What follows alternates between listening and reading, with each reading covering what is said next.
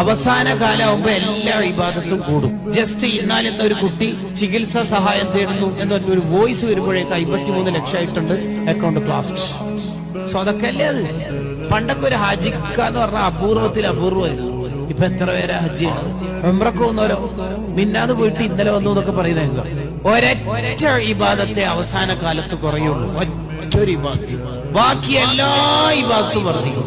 ആ കുറഞ്ഞു വരുന്ന ഇബാദത്ത് ഏതാന്നറിയാം? ഫത്തിലാവത്ത്, ഖുർആൻ. തബാറക സൂറത്ത് ആകെ 30 ആയത്ത്, 10 മിനിറ്റ് പോലും വേണ്ട. 24 മണിക്കൂറിന്റെ ഉള്ളിൽ നമ്മൾ ആദ്യം പോകേണ്ട വീട്, നമ്മൾ ഇപ്പൊ എടുത്തോണ്ടിരിക്കുന്ന വീട്ടിൽ നമ്മൾ ഹൗസ് വാമിങ്ങിന് കൂടുമെന്നൊന്നും ഉറപ്പില്ല. പക്ഷെ ഖബർ എന്ന വീട്ടിൽ പോകുമെന്നുള്ള കാര്യം ഷുവറാണ്. ആ വീട് സുന്ദരമാവാനും പ്രകാശപൂരിതമാക്കാനുള്ള സൂറത്ത് നുബുവത്തിന്റെ നാവ് കൊണ്ട് അള്ള ഉണ്ടെന്ന് പഠിപ്പിച്ച മുത്തുനബി സല്ലല്ലാഹു അലൈഹി വസല്ലം പഠിപ്പിച്ചതല്ലേ സൂറത്തുൽ മുൽക്ക്.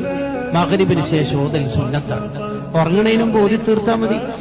ഒരു മുൽക്ക് സൂറത്ത് സ്ഥിരമായി നമ്മുടെ ജീവിതത്തിൽ ഒരു കൈമുതലായി അസറ്റായി ഉണ്ടാവും. അങ്ങനെ ഖുർആൻ ഓതുന്നവരായി മാറും.